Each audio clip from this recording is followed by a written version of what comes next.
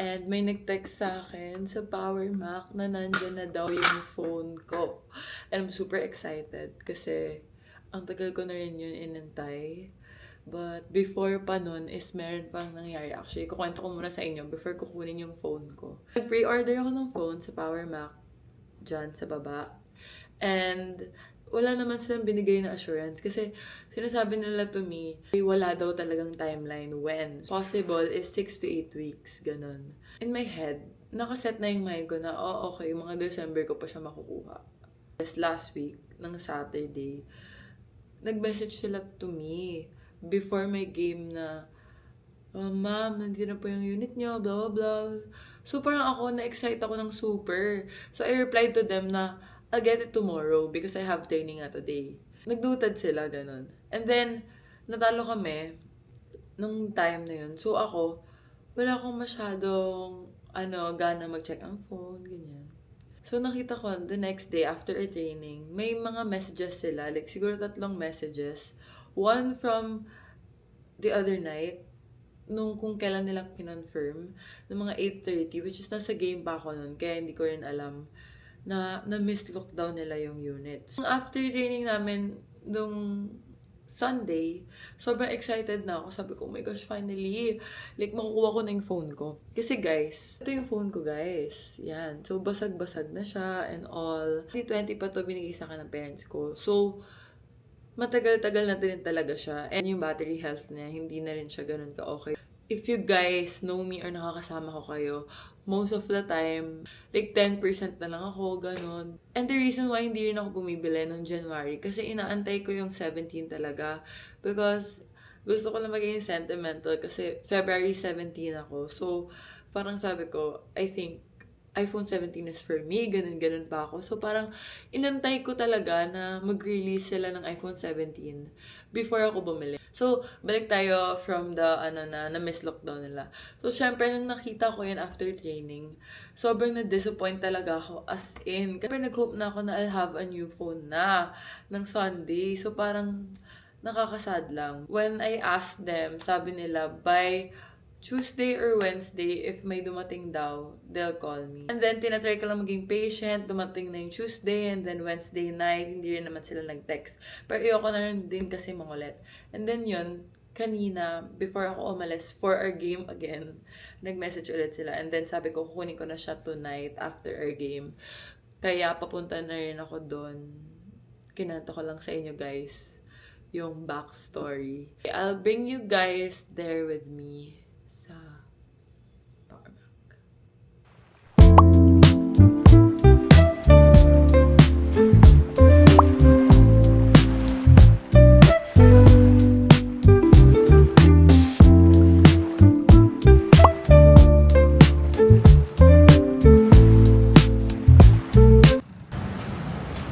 I'm on my way to Power Plant.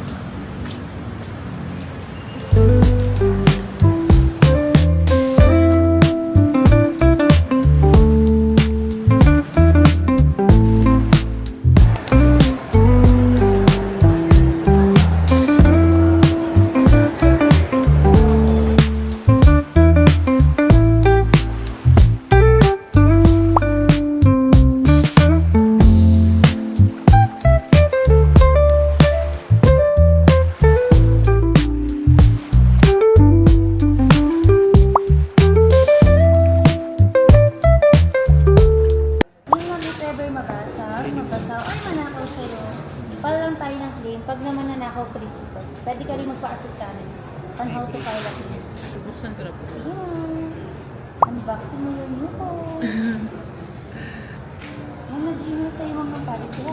Hi po. Hi ka. Hi po. Meron na si Ma'am 17 Pro Max.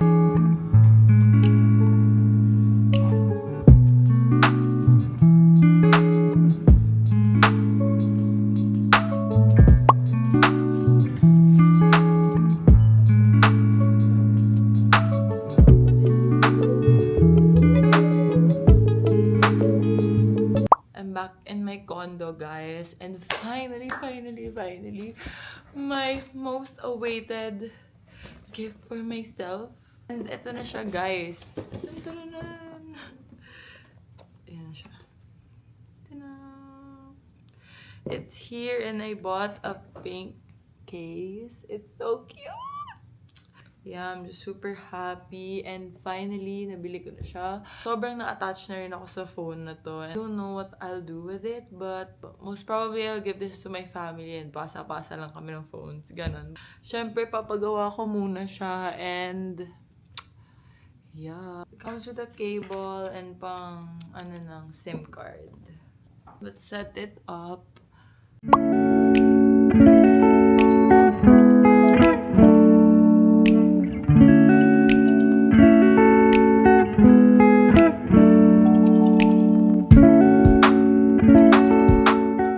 So, I'm back, guys. And after ilang days pa lang ako makakapag-update. Transfer ko na yung files ko from this phone to this phone. And if mama, you're watching, I'm so sorry. Na hindi ko nasabi sa'yo. Ba siya nagagamit-gamit kasi for some reason, like, tinatamad akong maglagay ng SIM card here. I mean, maglipat. And then, I'm just so attached with this phone. I can't let go of this phone yet because I have so many drafts pa here. I'll definitely upload that first before completely letting this phone go. And as you can see, sobrang dami namin pinagdaanan ng phone na to. I'm super grateful for this phone. So far, so good naman. Like, tinatry ko pa rin siya i-navigate, especially the new update kasi di rin ako nag-update masyado here. So, na-enjoy ko naman yung new update niya. And for its camera naman, malinaw naman siya, especially the night mode. It's super nice. Battery life so far, hindi ko pa siya maput sa test because hindi ko pa naman siya all the time ginagamit. Compare, of course, dito. Like, sobrang tagal nito. Yun lang, guys. Share ko lang. But moving on, let's unbox all of my packages from my 11/11 haul. I'm super excited kasi finally, complete na rin siya. And I'm just gonna get it and I'll be right back.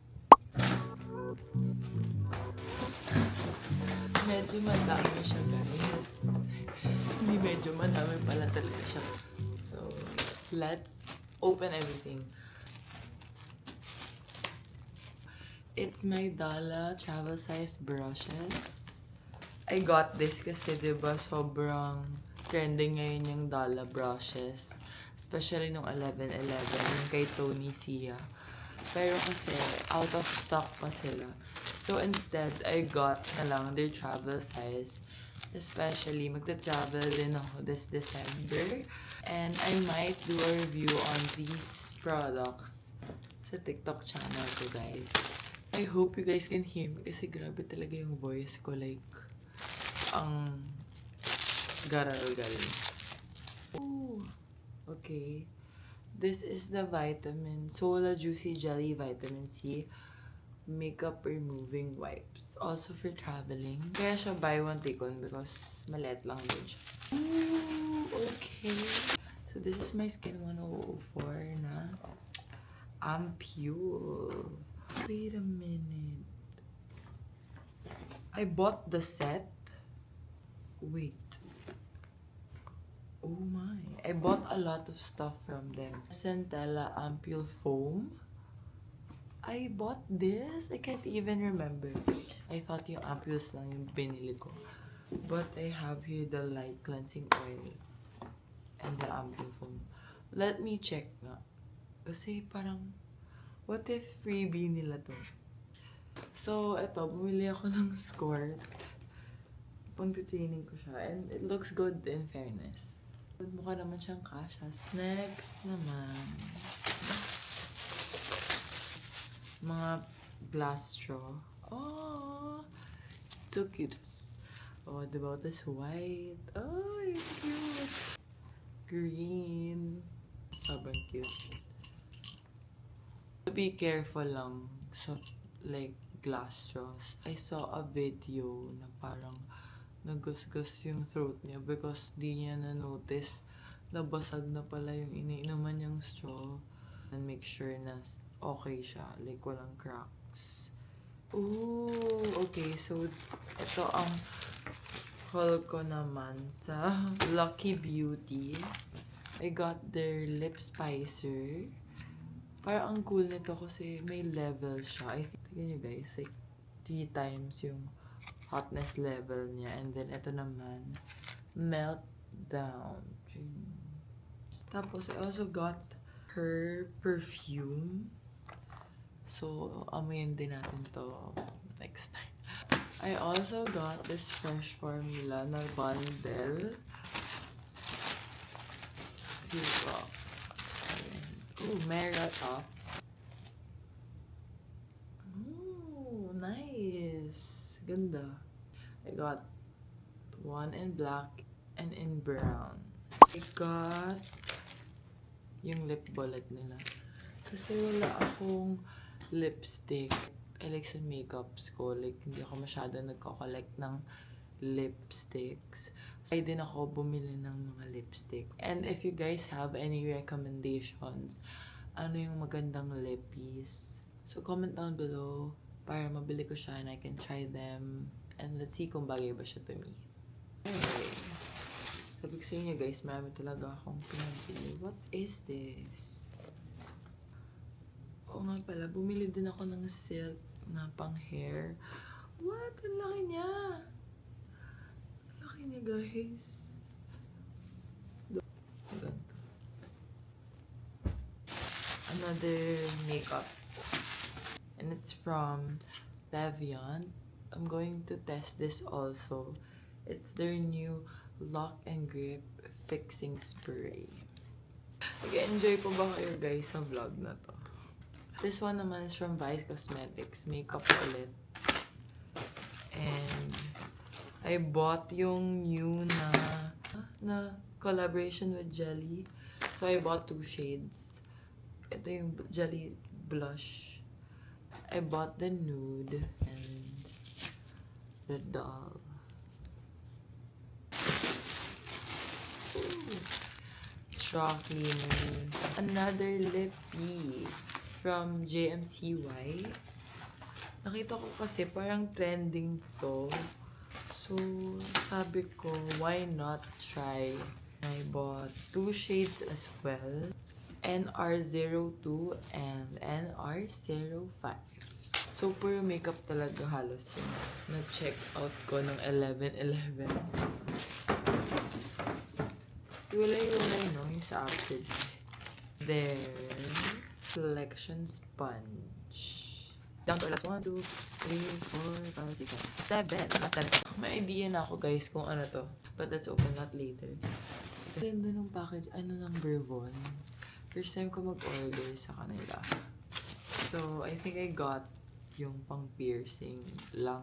Next is, ooh, okay. I got the nipple pasties ng Hiraya Filipina. Pang matcha na scooper. Like, 1 gram. Para hindi ka na magtimbang. Ooh, glass straws pa din. For may matcha. Ooh, colorette. The first base. Kasi sabi, maganda daw talaga to. I also got their first base kasi ang daming reviews about this na okay siya. And I got the shade Alona. I don't think this is my shade. Hindi ko sure kung ito ba yung kinuha ko. I don't know kung anong iniisip ko. Bakit Alona yung napili kong shade? I hope ka-shade match ko siya. But I don't think so, guys. Ayan o, sobrang light niya. Oh well. Wala na rin kasi masyadong shades nung nag-check out ako nito. Okay. Like tumbler cleaner. Med All Scalp Strengthening Nutrition Essence. Check out ko to because sobrang dami ko yung nakikita na influencer na gumagamit nito. And I don't know if it really works, but I will test it out for you guys. Also from Colorette. It's their Super Base, another everyday setting and fixing spray. Rinig ko, maganda rin yung reviews about this, kaya na-curious ako. Okay, this one naman is from Issy. It's their highlighter in the shade Beam. I got this because nakita ko yung mga parang 11/11 regos ata ni Tony Sia. And bet ko yung ganitong highlighter, yung parang basa-basang effect na. Ooh, another for JMC White. Oh! I bought 2? Oh no. Doble ko yung order ko, guys. What if magpa-giveaway ako? Comment down below. And last but not least, for this 11/11 haul, is this big thing right here. Ang hirap naman ito buksan. Kaya pala pinahuli. Ang laki! Uy, ganda rin ng quality.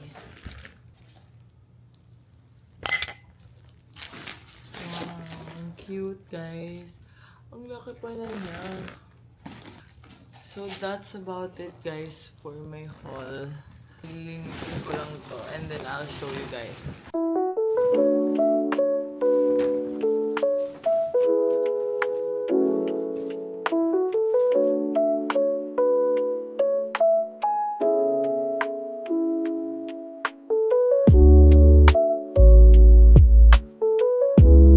Ito yung lahat ng napamili ko from my 11/11. So, let me know if ano yung mga ginagamit yung products here. And that's it for this week's vlog. Thank you guys again for watching. And as I mentioned earlier, I'll be giving this JMCY lippies away kasi nadoble ko yung checkout ko. So, if you're interested, comment down below. Thank you ko na rin to sa inyo for finishing this vlog. Please don't forget to like and subscribe to my YouTube channel. Bye! See you in my next video.